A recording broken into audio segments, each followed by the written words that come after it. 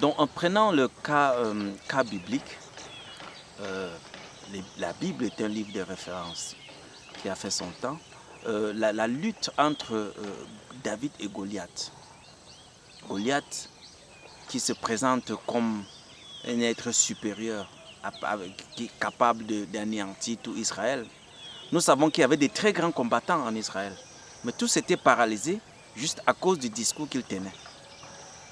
Et nous connaissons aussi la vivacité du jeune David qui à l'époque était très jeune, mais qui arrive avec des paroles très positives et avec une très grande assurance.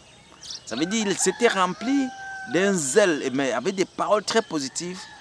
À force de proférer ces paroles, et je crois même déjà à partir du combat vocal, Goliath était déjà atteint. Vous voyez, quand on tient un certain discours, parce que les spécialistes de la communication, le discours est un élément très important. Lorsque à partir du discours, on positive les choses, on donne de l'espoir, on crée de l'espoir, alors du coup sur le plan physique, il y a un déclenchement des pulsions.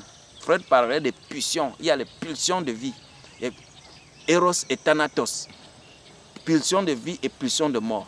Donc le discours positif fait naître les pulsions de vie et les gens réussissent à faire des exploits, alors que les pulsions de mort plutôt avec des discours négatifs assombrissent l'univers et la personne même qui pouvait faire des exploits se trouve parfois abattue et même si c'est une maladie qui est arrivée, les anticorps sont déjà résignés et cela pourrait l'emporter. Ça c'est un exemple. On peut aussi parler dans une certaine mesure du fait que lorsque la pulsion de vie est entretenue par des discours très positifs, elle se surpasse. Oui, elle se surpasse.